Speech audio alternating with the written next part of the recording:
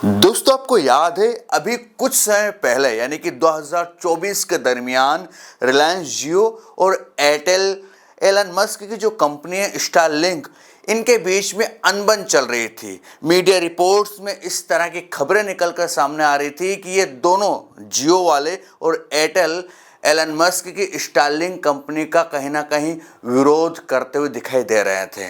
अब ये विरोध क्यों हो रहा था, उसके पीछे लंबी कहानी है, लंबी बातचीत इस पर हो सकती है, लेकिन अब नई खबर ये निकलकर सामने आई। और वैसे उस समय जो जानकार लोग हैं वो ये कह रहे थे कि रिलायंस जियो और एयरटेल नहीं चाहेंगे कि स्टारलिंक इस देश में आकर अपनी सेवाएं दे, क्योंकि जब स्टारलिंक आएगी तो कहीं ना कहीं ये दोनों कंपनियां प्रभावित होंगी, कस्टमर टूटेंगे। इसलिए कहीं ना कहीं वाजिब सी बात है कि दोनों देश की कंपनियां दोनों सेवाएं दे, तीसरी कंपनी विदेश की यहाँ आकर कस्टमर को ना तोड़े। खैर, अब नई खबर ये निकलकर सामने आई है कि ये रिलायंस जियो और एयरटेल दोनों ने एलन मस्क की स्पेस एक्स के साथ समझौते का ऐलान किया है।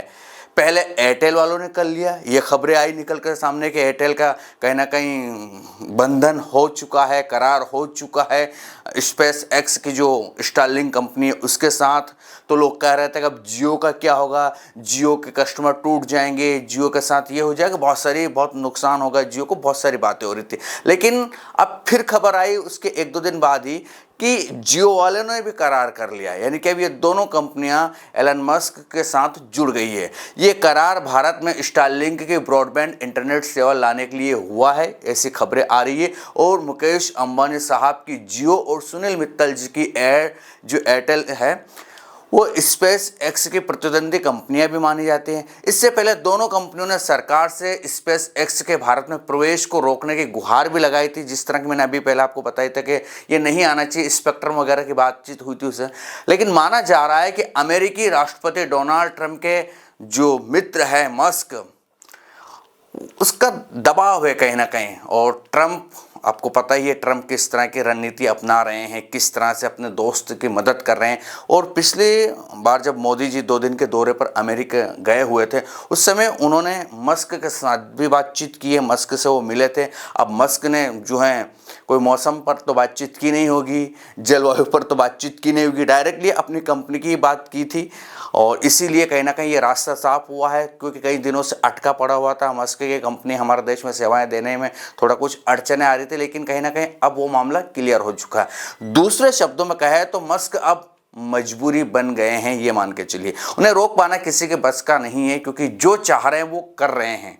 स्पेस एक्स के आने से बाजार में प्रतिस्पर्धा बढ़ेगी, अच्छी बात है। जियो और एयरटेल पहले से स्पेस एक्स के साथ भारत में आने की कहीं ना कहीं उन्होंने सरकार से मांग की थी कि ये ना आए, लेकिन अब दोनों कंपनियों ने स्पेस एक्स के साथ करार कर लिया है। तो लोग कह रहे हैं कि पहले आप दरअसल क्या कर रहे थे, अब क्या कर रहे हैं। ये वैसे एक बड़ा बदलाव है। जियो अपने स्टोर्स और ऑनलाइन स्टारलिंक उपकरण बेचेगी, इंस्टॉलेशन में भी मदद करेगी। एयरटेल ने भी कुछ यही बातें कही है। पहले कंपनी के बीच मतभेद थे, ये मतभेद सैटेलाइट सर्विस के लिए स्पेक्ट्रम आवंटन के लिए हो रहे थे, लेकिन अब मामला निपट गया है। अब दोनों कंपनियां कहीं ना कहीं मस्क के साथ मिलकर काम करेंगे। दूर दराज जहाँ नेटवर्क नहीं आते हैं वहाँ नेटवर्क भी पहुँचेंगे, और मतलब कि बहुत सारी जगह वो कवर करने के प्लान बना रहे हैं। अब देखना ये है कि स्टारलिंक भारत में जम पाती है, नहीं जम पाती है, चल पाती है, उसकी दुकान नहीं चल पाती है, क्योंकि 100 से अधिक देशों में तो मस्क अपनी सेवाएं दे रहे हैं, लेकिन वो देश थोड़े से पैसे वाले हैं, धनाढ्य देश भी हैं, कुछ तो ज़्यादातर धनाढ्य देश है।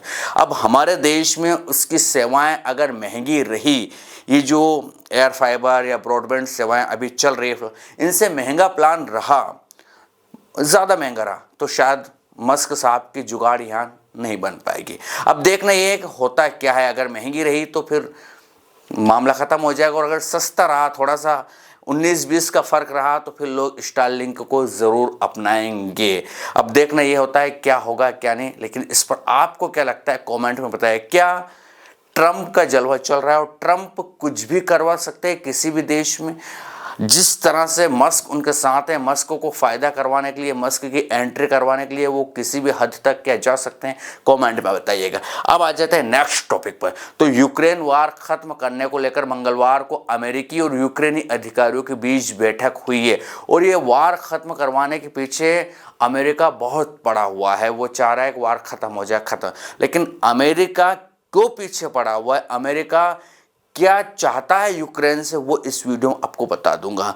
तो इसके बाद यूक्रेन ने वैसे अमेरिका के 30 दिन का युद्ध विराम प्रस्ताव स्वीकार कर लिया है और इसकी पुष्टि यूक्रेन के राष्ट्रपति जेलेंस्की ने की। सऊदी अरब के जेदा में हुई बैठक में US secretary of state Marco Rubio और राष्ट्रीय सुरक्षा सलाहकार माइक वोल्टेज ने यूक्रेन से कई समझौतों के प्रस्ताव पर चर्चा की। हालांकि कब्जे वाले एरिया के मुद्दे पर यूक्रेनी अधिकारी किसी भी समझौते के लिए तैयार नहीं दिखे। जी हाँ, दरअसल रूसी राष्ट्रपति पुतिन पूर्वी यूक्रेन के 4 बड़े क्षेत्र डोनेट्स्क, लुहांस्क, खेर्सन और जापोरिजिया पर पूर्ण नियंत्रण चाहते हैं। रूस पहले यूक्रेन के 20% हिस्से पर कब्जा कर चुका है और युद्ध विराम हवा और समुद्री क्षेत्र को छोड़कर पूरे जो युद्ध क्षेत्र है उस पर लागू होगा। वादे के अनुसार अमेरिका जो है वो रूस को युद्ध विराम के लिए मनाने का प्रयास करेगा और रूस मान भी जाएगा। यूक्रेन को अमेरिका से सैन्य सहायता और खुफिया जानकारी साझा करने की सुविधा भी वैसे मिलेगी। अमेरिका और यूक्रेन के बीच रेयर मिनरल्स डील को जल्द से जल्द पूरा करने पर सहमति बनी है। बस ये जो सबसे लास्ट में बात कर रहा हूँ ना कि सहमति बन गई ये धंधे पर, यानी कि जो रेयर मिनरल्स है यूक्रेन में वो अमेरिका को मिल जाएंगे, इस पर कहीं ना कहीं सहमति बन गई। इसीलिए सारा उठपटांग काम हो रहा है, मतलब उठापटक हो रही है। यूक्रेन के पास वैसे आपको बता देता हूँ लिथियम, टाइटेनियम, गिलियम और मैग्जीन, यूरेनियम और कोबलाइट जैसे कई खनिजों का भंडार है।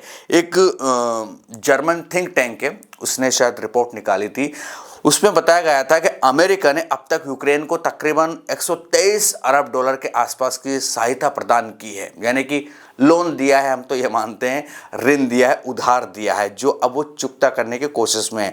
बस इसी मदद के जो बदले ट्रंप चाहते हैं कि खनिज भंडार मिल जाए ताकि वो रूस और चीन से इन सब मामलों में हमेशा आगे बने रहें। जी हाँ, यूक्रेन में करीब 5 लाख टन लिथियम का भंडार है और ये खनिज इलेक्ट्रिक वाहनों के लिए, बैटरी बनाने के लिए महत्वपूर्ण है। इस युद्ध के बाद यूक्रेन के 2 प्रमुख लिथियम भंडार रूस के कब्जे में चले गए हैं।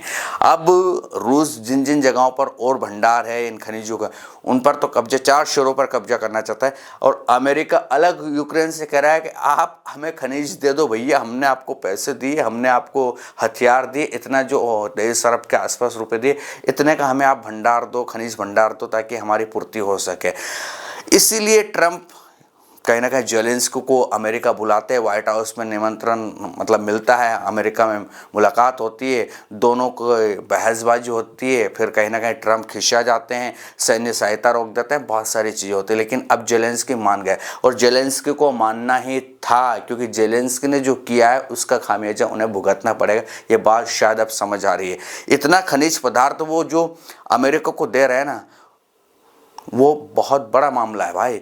इतने में अगर वो अपने ही देश में इसका इस्तेमाल करता ना तो यूक्रेन बहुत आगे जा सकता था, बहुत कुछ धन उसके पास आ सकता था। लेकिन वो अब दूसरे देश को कहीं ना कहीं दे रहा है, वो भी किस में, हथियार वथियार जो लिए ना, जो मदद ली उसके बदले। खैर, युद्ध में परिणाम यही होता है कि लूट जाते हैं छोटे मोटे मुल्क और उनको लूटने वाले बड़े बड़े बैठे हुए हैं। खैर, यूक्रेन के पास क्या क्या चीज़ें हैं उसमें मैं आपको बता देता हूँ। तो मैंगनीज जो है, यूक्रेन के पास करीब 140 मिलियन टन मैगजीन का भंडार है और मैग्नीज का है ये भंडार। और नेप्रोपोट्रायस्क और जापोरोजे क्षेत्र में जो भंडार है वो अब रूसी क्षेत्र में चले गए हैं, तो ये तो मामला ही खत्म होगा।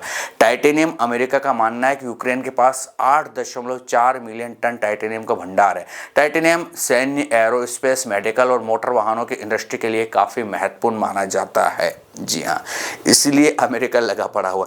यूरेनियम, यूक्रेन के पास परमाणु ऊर्जा उत्पादन में महत्वपूर्ण खनिज पदार्थ है और यूरेनियम का भंडार साल 2022 के एक सर्वे के मुताबिक यूक्रेन में रेनियम भंडार की मात्रा लगभग टनों में है, यानी कि कितना, 1,25,400 टन के आसपास बताया जाता है। निकेल, जो इलेक्ट्रिक व्हीकल्स की बैटरी बनाने में निकेल एक महत्वपूर्ण पदार्थ माना जाता है और ऐसा अनुमान है कि यूक्रेन में बहुत सारा है ये, मतलब 2,15,000 से ज़्यादा टन का भंडार है वहाँ पर। गैलियम की बात करें तो यूक्रेन दुनिया का तीसरा सबसे बड़ा उत्पादक है, जो सालाना करीब 4 टन गैलियम का उत्पादन करता है। ये एलईडी निर्माण के लिए महत्वपूर्ण घटक माना जाता है। जी हाँ, उसके बाद निकेल जो है मैंने बता ही दिया, बैटरी बनाने में काम आता है और बहुत सारी चीज़ें वहाँ भंडार हैं, यानी कि जो बहुत कीमती है, बहुत कीमती जो वहाँ भंडार है, उनको अमेरिका हथियाना चाहता है और हथिया कर दरअसल वो खूब धन दौलत कमाना चाहता है। सीधी सी बात है, चीन, रशिया वगैरह देशों से वो आगे होने के चक्कर में कहीं ना कहीं यूक्रेन को कह रहा है कि आप हमें भंडार दे दो, हमने आपको बहुत मदद की।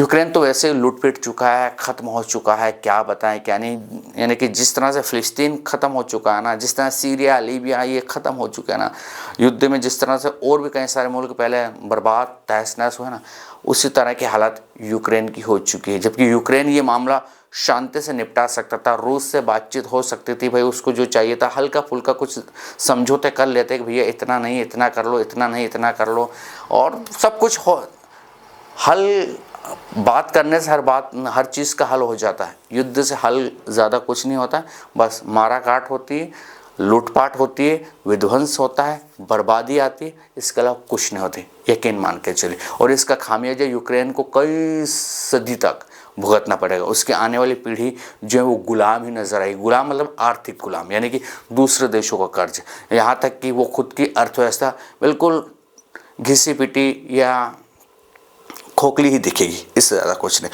खैर ये था, वीडियो कैसा लगा जरूर बताएं। जानकारी ठीक ठाक लगे तो चैनल को सब्सक्राइब, वीडियो को लाइक और शेयर करना ना भूलेगा। फिर मिलेंगे दूसरे वीडियो में, तब तक के लिए आपके दोस्तों को दीजिए इजाज़त। नमस्कार।